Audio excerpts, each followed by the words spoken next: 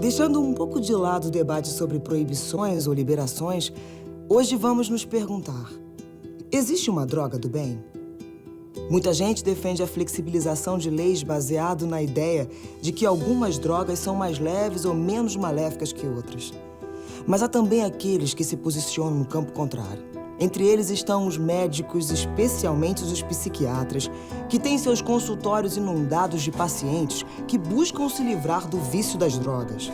O Café Filosófico, com o psiquiatra Hercílio de Oliveira, discute hoje prós e contras dos paraísos artificiais, especialmente a tão falada maconha. Importante que eu ressalte, antes de mais nada, um pouco da minha formação. Eu sou médico, consequentemente, eu desenvolvi como psiquiatra um trabalho com o tratamento de pacientes dependentes de maconha, dentro do meu projeto de mestrado. Alguém vai perguntar, mas um dependente de maconha procura tratamento? Um usuário de maconha pode ter um sofrimento psíquico ou físico tão grande que o leve a buscar um tratamento? A resposta é sim. Nós desenvolvemos um trabalho durante 3 anos no Hospital das Clínicas da Faculdade de Medicina da USP com usuários de maconha que desenvolveram um padrão de uso nocivo e, posteriormente, de dependência. Creio que todos os senhores veem na mídia, a todo momento, uma revista que tem como capa "Maconha é hora de legalizar", campanhas, marchas pela maconha, pessoas que se colocam francamente a favor de uma flexibilização da lei em relação a essa droga, e isso suscita em todos nós um desejo ou um ponto de vista, uma necessidade de se posicionar em relação a isso. Qual é a minha posição pessoal? O que eu penso sobre essa droga? Eu também seria a favor dessa droga ser legalizada ou que a legislação fosse flexibilizada, sim ou não?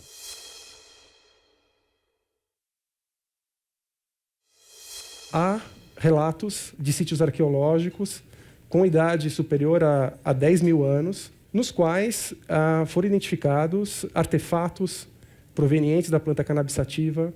Há evidências de que essas populações antigas plantavam para alimentação e para a produção de utensílios.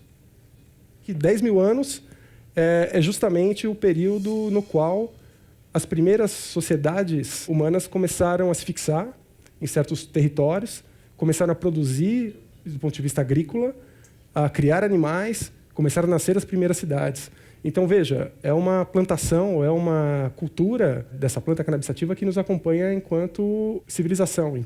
O Carl Sagan, a certo momento, na década de 70, experimentou a maconha, se interessou muito pelo tema e passou a escrever um pouco sobre essa planta e sobre a droga.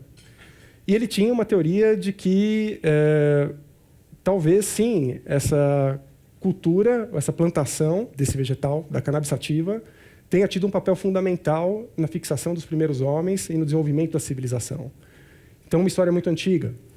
A partir de 3 mil anos antes de Cristo, aproximadamente, nós já temos relatos do uso medicinal da maconha em culturas como a chinesa, posteriormente na região da Índia. Então, essa planta já fazia parte de um arsenal terapêutico. E isso é super interessante, porque quando se fala hoje maconha para fins medicinais, mas é uma super novidade, vou falar que não. É algo super antigo que volta de tempos em tempos ao longo da nossa história.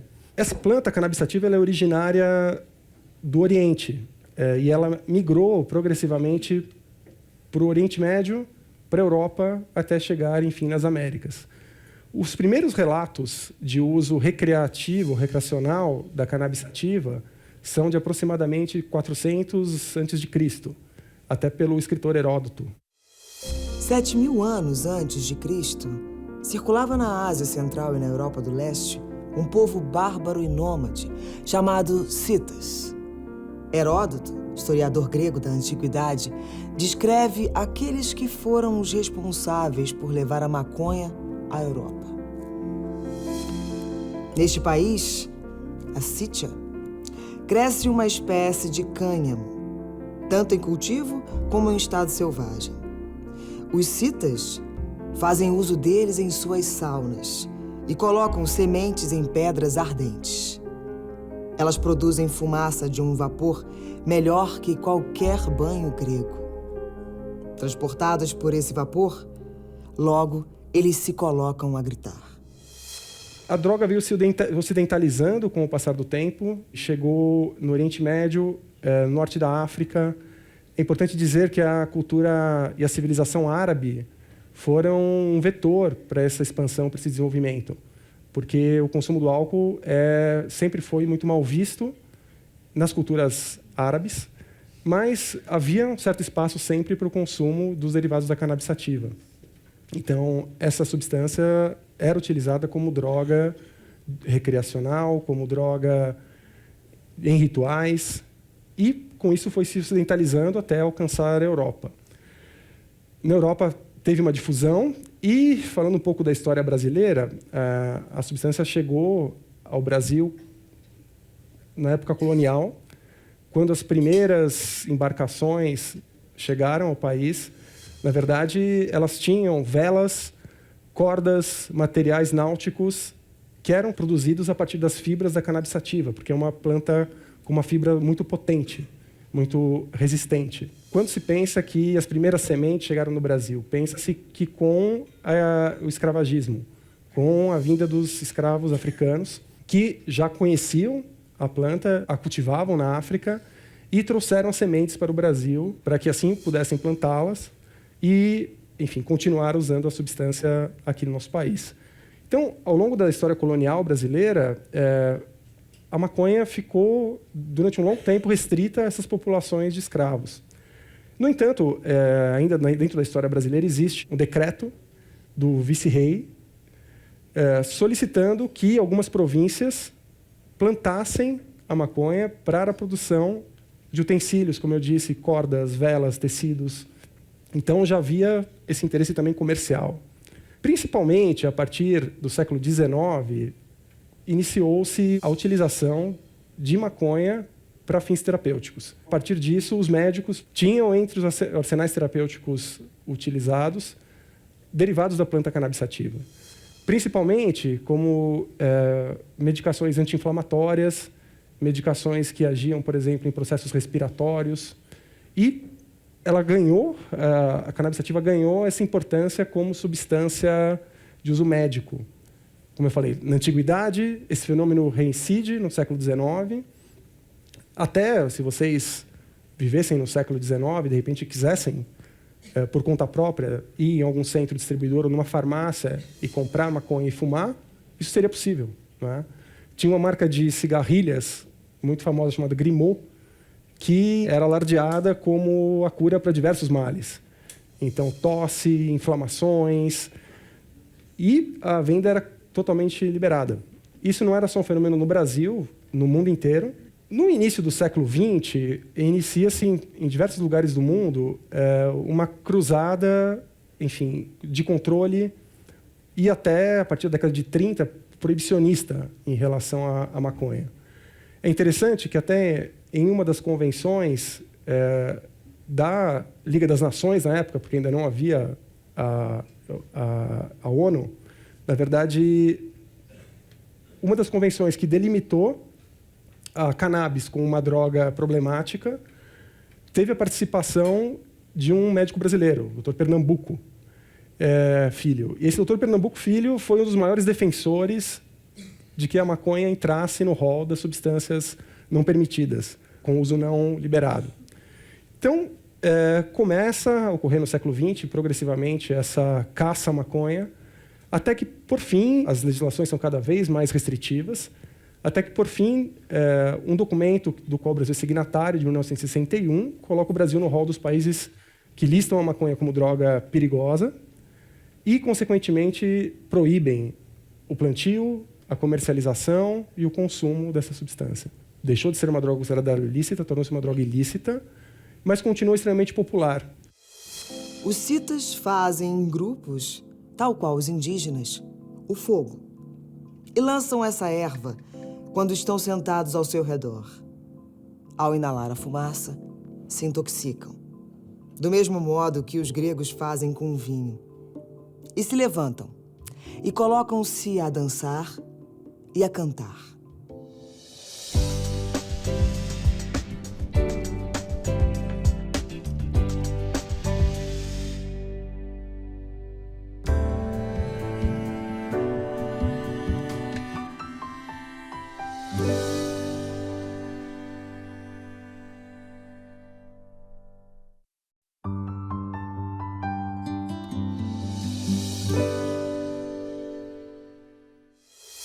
Apesar da atual áurea de positividade em torno da maconha, a cannabis sativa está na origem de uma palavra inusitada: assassinos. Vem de haxixiins, usuários de haxixe, que eram membros de uma tribo persa do século XI. Antes do combate, eles se entorpeciam ficando mais violentos, cruéis e sem piedade. O haxixe é um derivado da maconha com altíssima concentração do princípio ativo da droga. O que não impediu que, através dos séculos, a maconha se tornasse uma droga popular, embora proibida. O psiquiatra Hercílio de Oliveira fala agora no Café Filosófico sobre a disseminação da maconha e suas consequências no Brasil e em todo o mundo. No mundo, a maconha é de longe, mas de longe, a substância ilícita mais consumida. A maconha tem no mundo aproximadamente 180 milhões de usuários, entre 18 e 60 anos, segundo o último relatório do Escritório para Drogas e Crime da Organização das Nações Unidas. Além disso, mesmo dentro da população brasileira, as nossas proporções de uso na vida são aproximadamente entre 6% e 7%, de acordo com os últimos levantamentos. Ou seja, para cada 100 pessoas que eu perguntar, você já fumou maconha ao longo da sua vida? 6 ou 7 vão me dizer que sim. Ah, mas 93 vão dizer que não? Sim. Sempre nesses estudos pode haver alguma subestimativa. Mas tem um dado que é interessante, que esse número do Brasil, 6 a 7% de uso na vida, na verdade, ele é bem díspare em relação ao que acontece em outros países. E esse é um fenômeno muito interessante. Se eu pego um país, eu considerar um país europeu, Alemanha, Holanda, Reino Unido, França, o consumo na vida gira em torno sempre de 30% a 40% da população. Nos Estados Unidos, mais de 30%, geralmente. No Canadá, eu, inclusive, estava lá quando saiu um relatório que causou um certo escândalo na mídia local, aproximadamente 40%. Poxa, mas nós não ouvimos que as pessoas têm que ser mais informadas, que o que falta é educação, informação. Como que nos países, então, desenvolvidos, que os níveis educacionais são maiores, esses caras educados, eles escolhem fumar mais? É isso? É exatamente isso. E isso é um fenômeno interessante, porque, tudo bem, a proporção de uso na vida no Brasil é entre 6% e 7% da população. No entanto, se eu considerar subpopulações, se eu filtrar, por exemplo, a subpopulação de estudantes universitários, esse índice cresce. Então, entre estudantes universitários, esse número chega a 25%, 30%. Então, parece que acessar a informação, de algumas maneiras, o vínculo com certos grupos e a disponibilidade da droga tende a aumentar esse consumo. Obviamente que não é pouco. Se nós pensarmos 6% a 7% da população brasileira, é um número significativo. E há relatos de que aproximadamente de 1 a 1,2% da população brasileira, 1% da população brasileira tem dependência da maconha. 1,2% da população de 200 milhões não é pouca coisa, aproximadamente 2 milhões de pessoas. Então, essas pessoas estão por aí, vivendo no cotidiano. Muitas vezes eles não procuram ajuda, porque, diferentemente de, por exemplo, da cocaína ou do crack, essas outras drogas produzem um prejuízo, um dano muito rápido, e essas pessoas chegam mais para o tratamento. Mas alguém vai dizer, mas o problema do Brasil não é o crack, não são as cracolândias, não é isso que nós discutimos a todo momento? Tem muito menos dependentes de crack do que de maconha, não é, no Brasil. Isso é um dado estatístico. Então, e essas pessoas, como eu disse, dependentes de maconha, também têm o sofrimento, mas muitas vezes não procuram ajuda. Eles carregam por anos a dependência, até que, em certo momento, alguns fatores motivacionais, inclusive, podem levá-los a buscar um tratamento. Quando eu falo de maconha, eu falo cada vez mais de um produto heterogêneo. O que eu quero dizer com isso? A maconha que se fuma hoje, ela é muito diferente da maconha que se fumava na década de 60, por exemplo. Então, se o teu pai, de repente, se revela e te conta, meu filho, eu fumei maconha e não faz mal. Opa, não esqueça que a maconha que ele fumou era diferente. Era uma maconha muito menos potente do que a maconha que nós temos atualmente. Ah, mas como que se mede a potência da maconha? Uma coisa fundamental para mensurar a potência da maconha é a proporção do princípio ativo principal que existe na droga, que tem um nome complicado, delta-9 tetrahidrocannabinol. Na prática, nós chamamos de THC. Então, veja, enquanto na década de 60 havia maconhas com 2 a 3% de THC, depois nós vamos falar do exemplo do Uruguai, mas o Uruguai colocou na lei, que eles aprovaram recentemente, uma margem média de THC de cerca de 15%. Então, veja, é 5 vezes mais forte do que o que era fumado anteriormente. Da mesma maneira, talvez um dos modos mais inocentes de se fumar maconha é aquela clássica do cigarro chamado de baseado, mas nós temos algumas formulações, tipo haxixe, tipo resina, enfim, de maconha, que são muito mais potentes, que têm uma proporção muito maior de delta-9 e THC. Da mesma maneira, alguns caras, principalmente fora do país, eles desenvolveram, a certo momento, cruzamentos entre subespécies para justamente produzir variáveis que tivessem um teor maior de THC. Então, a maconha foi ficando mais potente. Eu falava da maconha no Brasil. Como que é a maconha no Brasil? Ela não é uma maconha, então, com essa característica de produção, muitas vezes, de uma seleção de subespécies. A maioria da maconha produzida no Brasil, ela é produzida na região centro-oeste e na região nordeste. E aqui na região sudeste, na verdade, nós temos um afluxo de maconha que vem de países como o Paraguai e da Bolívia. Então, são os principais exportadores de maconha para o Brasil. Só que é muito importante que nós estejamos atentos, porque com essa recente tendência a um crescimento da renda média do brasileiro, eu tenho cada vez mais propensão a achar que os brasileiros vão querer fazer cada vez mais o que os estrangeiros de renda mais alta fazem. Por exemplo, nos Estados Unidos, no Canadá, na Europa, nós temos um modo crescente de produção, que é a chamada produção indoor. Na produção indoor, eu vi exemplos claros disso. Um grupo de amigos adolescentes aluga uma casa e, no porão daquela casa, no basement, eles instalam lâmpadas tão fortes quanto essas, que podem ficar acesas 24 horas por dia. Então, dentro dessa casa, eles produzem uma maconha de alto teor de THC. Consequentemente, eles comercializam essa substância com alto valor agregado e, assim, tocam um negócio. Essa é uma coisa muito importante.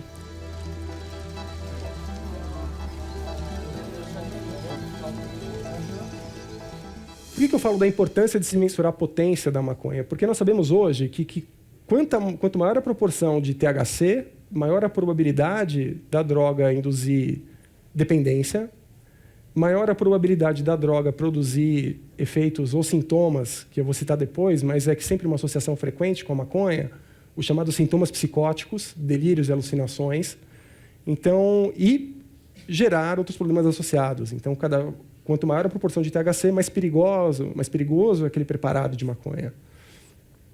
Essa, então, é uma coisa fundamental. Agora, uma coisa que nós somos fascinados nesse campo das neurociências é sempre pensar, mas afinal de contas, qual que é o caminho? Por onde esse cigarro de maconha, por onde esse baseado caminha para produzir o efeito psíquico nos usuários, que os tornam usuários frequentes, que os tornam dependentes, que eles vinculam a um prazer importante do uso daquela substância. Nos últimos anos, principalmente a partir da década de 60, esse mecanismo passou gradativamente a ser elucidado. Na verdade, para a maconha, isso aconteceu de uma maneira um pouco atrasada, em comparação com outras drogas, como a cocaína, como a heroína, que esses efeitos ou que esse ciclo já era bem conhecido, porque isso se deve à característica química dos compostos que estão dentro do cigarro de maconha, dos chamados canabinoides. E lembra, quando eu falava THC como princípio ativo, isso é uma simplificação, porque dentro de um preparado de maconha tem pelo menos 400 canabinoides diferentes. Mas o THC é um dos mais importantes, é um dos que mais a gente considera. Mas retomando, como eu dizia, então, é uma coisa fascinante para nós que gostamos de neurociências entender como que aquele ato de fumar se torna uma sensação, como que aquele ato de fumar se torna uma alteração de nível de consciência, como que essas pessoas, depois de usar a substância, começam a ver o mundo à sua volta de uma maneira diferenciada. Foi um autor israelense chamado Rafael Mechoulam, que em 60 identificou esse princípio ativo, o THC, e, posteriormente, muitos anos depois, identificou-se justamente as regiões cerebrais que seriam aos quais esse princípio ativo liga-se. Os receptores, nós trabalhamos com esse conceito em neurociências. Receptores são determinadas proteínas presentes nas células, no caso do cérebro, os neurônios, as quais a substância psicoativa ou alguma substância fisiológica liga-se para produzir um determinado efeito. Então, quando o indivíduo fuma maconha, ele, ao absorver a fumaça, ele absorve os canabinoides. Esse canabinoide entra na circulação sanguínea, atravessa o que a gente chama de barreira hematoencefálica, chega ao cérebro, liga esses receptores e aí a experiência de fumar maconha começa.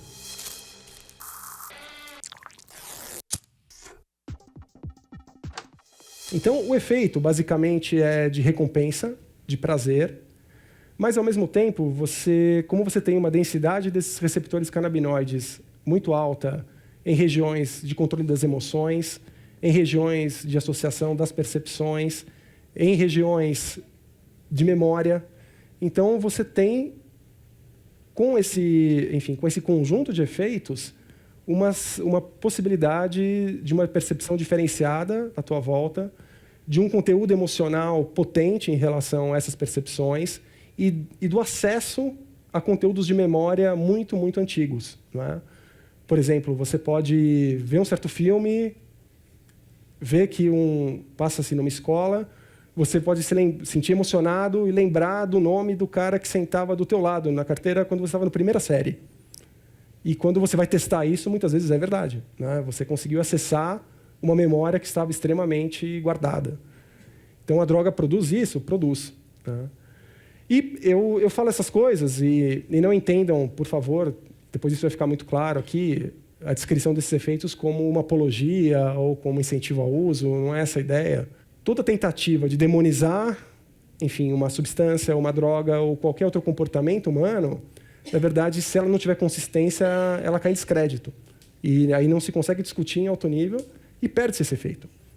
Então, as pessoas usam maconha porque, sim, daquele uso elas obtêm um prazer.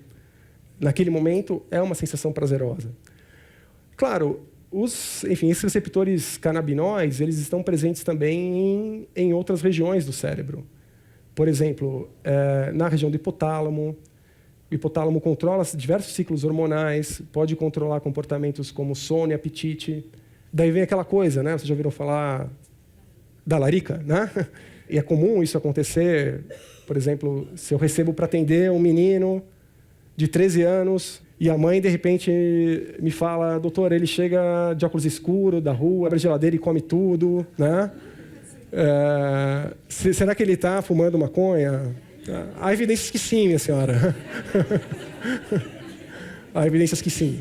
Então, nós sabemos que esses sintomas, esses sinais clínicos de intoxicação, eles acompanham o usuário ao longo da sua história de uso da substância. Agora, esse comportamento ele tem uma tendência, então, a se manter ao longo do tempo. Como toda droga psicoativa, toda droga que produz um efeito de recompensa, ela tende a multiplicar o seu próprio uso. Então, um usuário de maconha tende a ter novamente vontade de usar a maconha. Consequentemente, ele desenvolve um ciclo ao longo do tempo de uso da substância. Alguém vai perguntar: mas por que eu só fumei 2 ou 3 vezes e nunca mais quis fumar, e o meu vizinho fuma 10 cigarros de maconha por dia? Para essas perguntas, nós ainda não temos todas as respostas. Realmente, algumas pessoas parecem, enfim, ter uma tendência a desenvolver uma certa relação com certa substância. Isso tem a ver com diversos fatores, do efeito psicoativo que a substância provoca para aquele indivíduo. Muitas vezes a substância vem e preenche uma lacuna em relação a alguma dificuldade que aquele indivíduo tem, por exemplo, de ansiedade. No meu estudo, na verdade, eu percebi que a comorbidade, ou seja, a presença de um diagnóstico de um transtorno de ansiedade conjunto, era muito comum em pessoas dependentes de maconha. Então, utilizar uma substância relaxante talvez fosse uma espécie de automedicação para essas pessoas. Então, é algo que tem que ser também considerado. Tem um estudo muito interessante que saiu há aproximadamente 4 anos no Lancet, que é um periódico muito renomado, com alto impacto, que justamente se propôs a avaliar, afinal de contas, qual que é o dano efetivo que as substâncias produzem. Então, para esse estudo, ele utilizou uma metodologia de convidar especialistas, experts, nessa área de álcool e drogas, e pedir para que esses experts dessem notas para cada uma das substâncias, lícitas e ilícitas, em dois contextos. No contexto dos males que ela produz para o próprio indivíduo usuário e no contexto dos males que ela produz para a sociedade. Vocês acham que a maconha ficou em primeiro? Não ficou. Na verdade, a maconha ficou em 7º lugar. Antes da maconha, em primeiro lugar, disparado, ficou o álcool. Pouco depois ficou o tabaco. Pouco depois a cocaína. E a maconha ficou em 7º lugar. Então, evidente que fumar maconha é alterar o nível de consciência, é colocar uma substância que destoa da fisiologia do nosso corpo. E, fazendo isso, nós fazemos algo que não é o mais saudável. O mais saudável é dormir bem, o mais saudável é fazer esporte, o mais saudável é se alimentar bem. Esse é o melhor panorama. Mas nós, seres humanos, a certo momento, optamos por usar essas substâncias que atuam no nosso cérebro, que modificam a nossa consciência e que nos dão prazer. É uma escolha que nós fazemos. E dentro dessa escolha que nós fazemos, nós temos uma literatura, nós temos estudo demonstrando que a maconha nem é a droga que provoca mais dano. Veja, eu digo, ela nem é a droga que provoca mais dano. Eu não disse a maconha não provoca dano. E é disso que eu vou começar a falar agora. Então, fumar maconha pode fazer mal? A resposta é sim. And now, the acid test.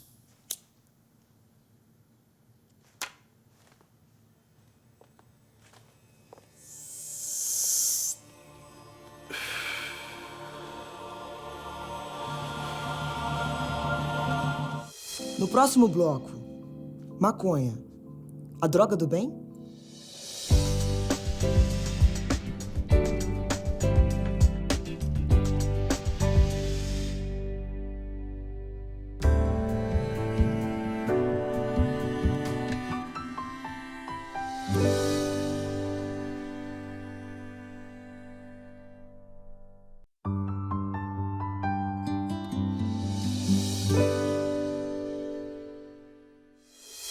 Baudelaire, autor de Paraísos Artificiais, era usuário de haxixe e vinho.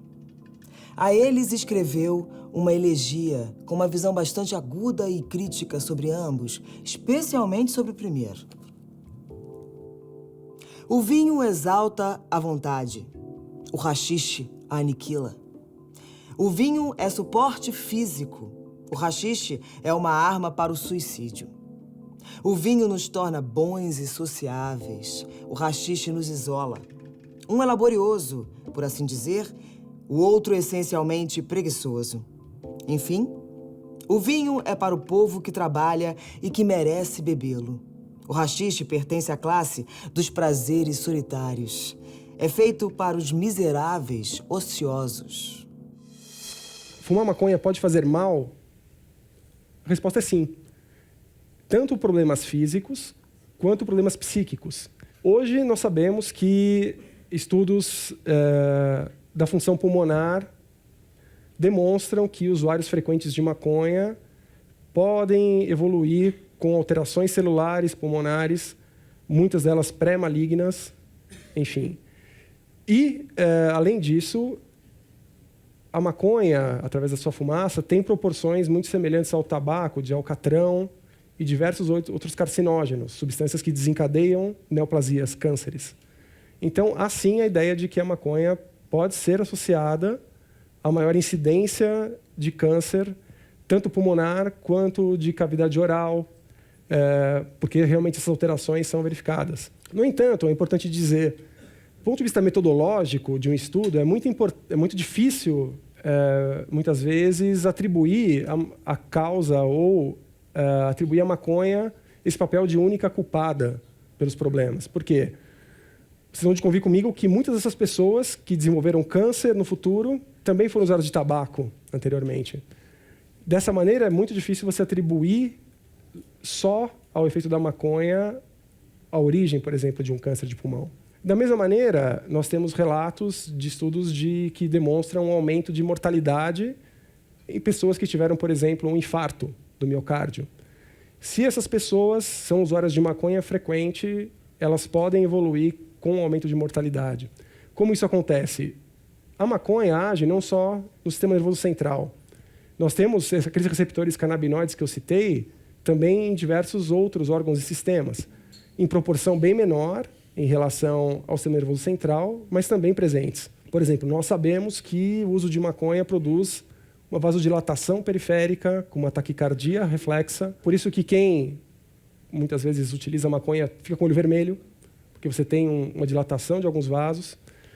Consequentemente, com a tendência de queda da pressão arterial, com a vasodilatação, você tem um aumento da frequência cardíaca. E para alguém que já teve um infarto miocárdio, aumentar o trabalho cardíaco pode ser associado à mortalidade. Dentre os problemas psíquicos, nós temos dois tipos de fenômenos principais, assim posso chamar. Então, nós temos os transtornos comórbidos. O que é isso? Nós temos um estudo que é um clássico da década de 80, de um autor chamado Andreasson, um sueco, que acompanhou um número muito grande de inscritos no exército sueco, cerca de 50 mil.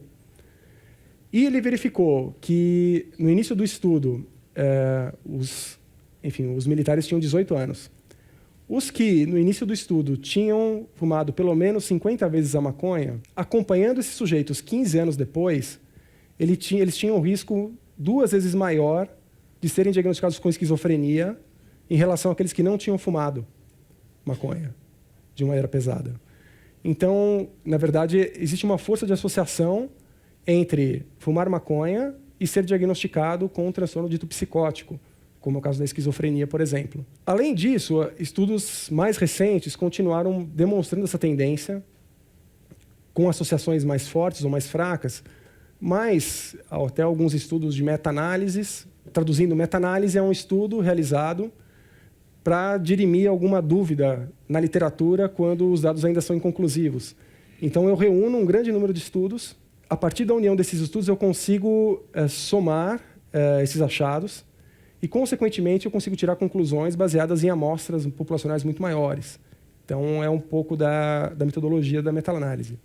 Então, o estudo de meta-análise demonstrou que utilizar a maconha de maneira pesada também praticamente dobra, ao longo dos anos, a probabilidade de sintomas psicóticos.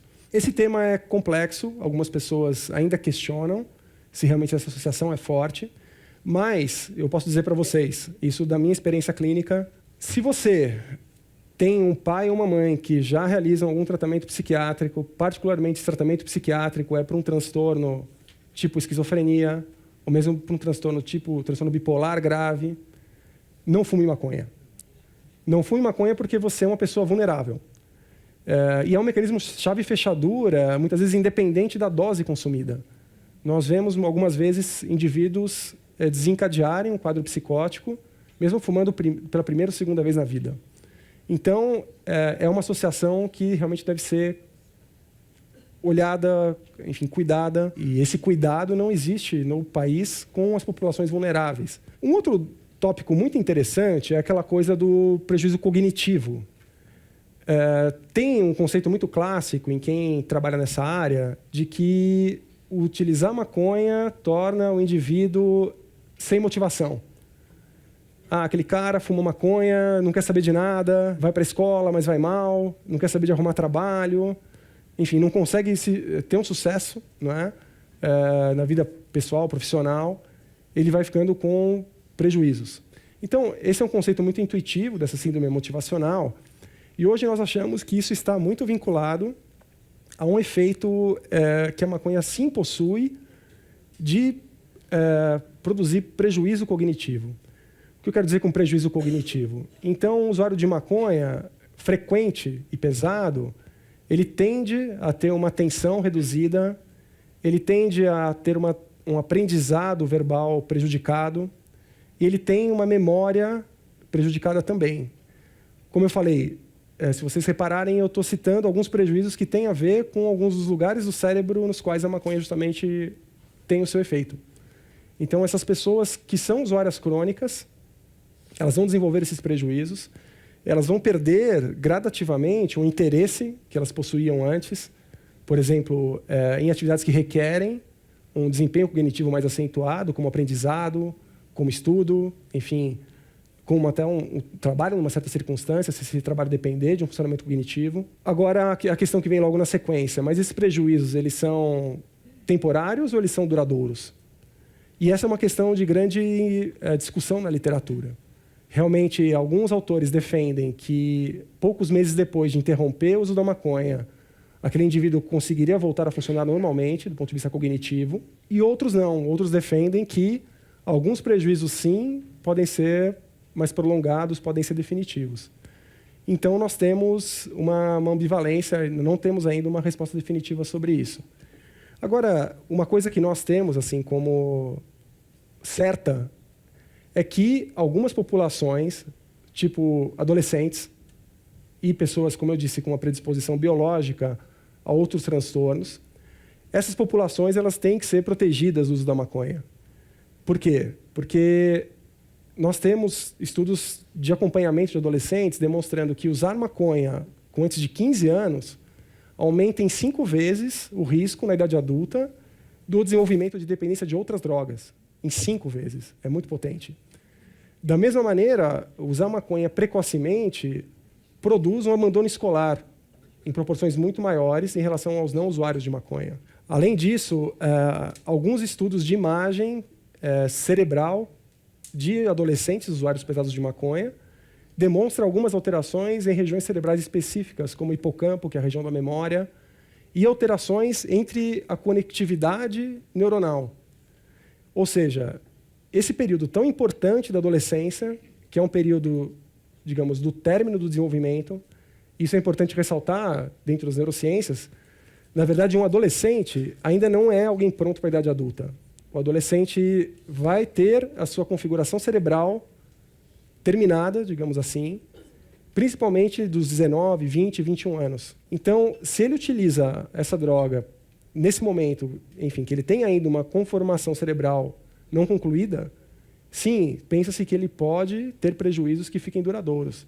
Ele pode ter um cérebro não configurado dentro do seu desenvolvimento e, consequentemente, um cérebro não configurado dentro do seu desenvolvimento torna-o mais vulnerável, mais impulsivo, predisposto a outros transtornos. E tudo isso, em conjunto, fecha o ciclo, tornando ele usuário de outras substâncias e piorando ainda mais esse cérebro. O haxixe, como todos os prazeres solitários, torna o indivíduo inútil aos homens e a sociedade supérflua para o indivíduo, levando-o a admirar a si próprio sem cessar e empurrando-o dia a dia ao abismo luminoso onde ele admira sua face de narciso.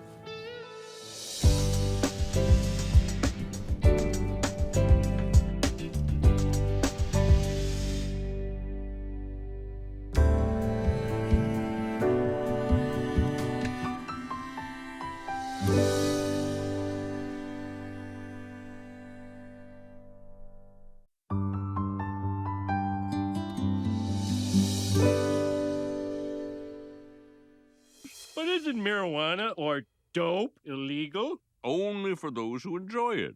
Medical use of marijuana is legal in this state. Okay, let's see. Toke as needed. Caution, objects may appear more edible than they actually are.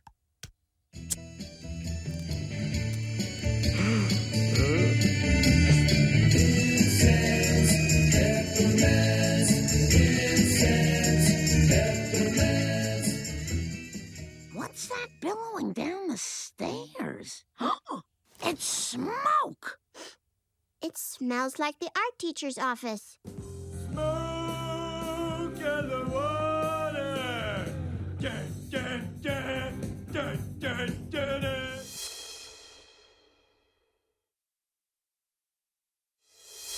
Eu citei esses receptores canabinoides, essas proteínas que estão no cérebro e que ligam-se ao THC e a outros canabinoides. Mas só que eu simplifiquei um pouquinho, existem 2 tipos. Existe um outro tipo chamado tipo 2, então tipo 1, mais o sistema nervoso, tipo 2, mais presente em células do sistema imunológico. Nós sabemos que fumar maconha pode, por essa ação em receptores canabinoides tipo 2, desencadear uma modulação do sistema imunológico, geralmente com uma tendência a uma imunossupressão. Agora, uma coisa bem médica, mas muitas doenças, muitas patologias, elas têm como um substrato um processo inflamatório local. Por isso que nós usamos tanto anti-inflamatórios, por isso que nós usamos tantos corticoides, por exemplo, porque parte do dano que uma doença pode causar é uma reação potente do nosso sistema imune. Então, fumar maconha ou consumir algum derivado da cannabis sativa de alguma outra maneira pode produzir uma modulação do sistema imunológico e melhora de algumas inflamações crônicas, como, por exemplo, asma, como, por exemplo, gota, como, por exemplo, doença de Crohn, que é uma doença intestinal. Então, sim, você tem aplicações terapêuticas que essas pessoas melhoram. Você tem uma ação analgésica importante, porque naquela ação no cérebro também há uma participação dentro de um mecanismo de controle da dor, e eles são muito importantes para isso. Então, um usuário de maconha frequente, ele está anestesiado, ele não sente a mesma dor que uma pessoa que não usou sente. Tem um efeito relaxante muscular, então, uma das aplicações que está para ser aprovada no Brasil é na espasticidade, numa contração muscular involuntária, crônica, que acontece em portadores de esclerose múltipla, que é uma doença relativamente rara, mas isso repercute num grande sofrimento para as pessoas. It's, for example, it's in multiple sclerosis. People have cramps and spasms, and then it helps against the painful spasms. It helps people with nervous pains, and people have tics, then it can help. In cancer, it helps feel better and to have more appetite. Então, veja, toda essa gama de potenciais terapêuticos tem conduzido as pessoas, governantes e diversos países a rever a legislação em relação à maconha. Então, hoje, 19 estados americanos legalizaram a venda da maconha medicinal. Então, com uma receita médica, você pode ir numa farmácia autorizada e comprar a sua própria maconha, para o seu uso pessoal. Outros, países realmente ainda se questionam ou têm uma tendência a adotar legislações semelhantes, pensando nesse aspecto medicinal. Agora, tudo isso, vai uma crítica, porque eu creio que isso confunde um pouco a cabeça das pessoas. De que maneira? Legalizem a maconha porque a maconha tem fins medicinais. Veja, hoje nós temos diversas medicações aprovadas para o uso fora do país que, são feitas a partir de princípios ativos da planta cannabis sativa. São produtos sintéticos, é uma pílula que você toma e você não precisa fumar maconha, e ter o barato, e ter o efeito da maconha para obter o efeito medicinal. Do ponto de vista laboratorial, é totalmente possível que se consiga obter aquele efeito, aquele benefício, com a manipulação farmacológica daqueles princípios ativos. Então, sim, isso já existe.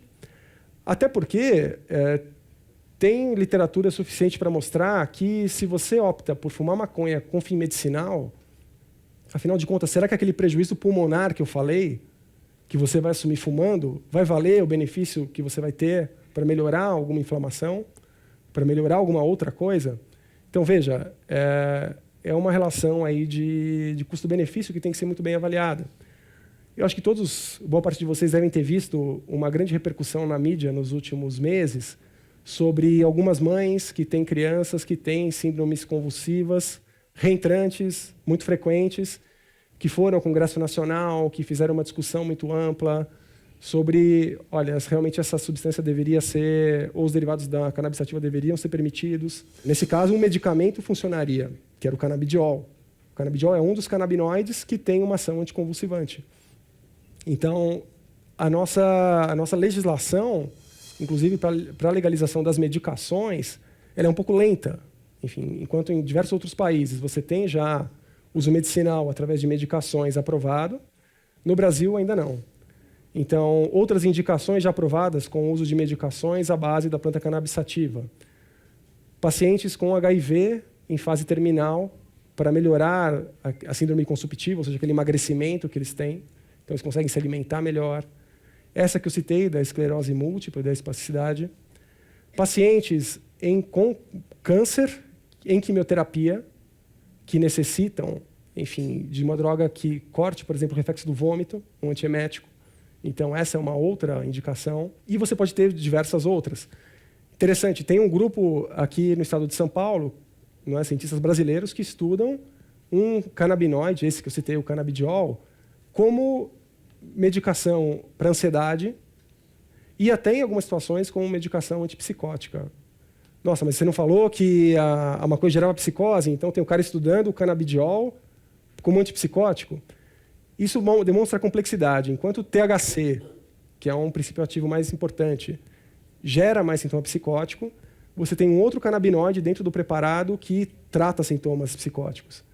Então, separar esses componentes é uma riqueza muito grande. É uma estratégia que nós podemos ter para desenvolver novos fármacos, novos tratamentos.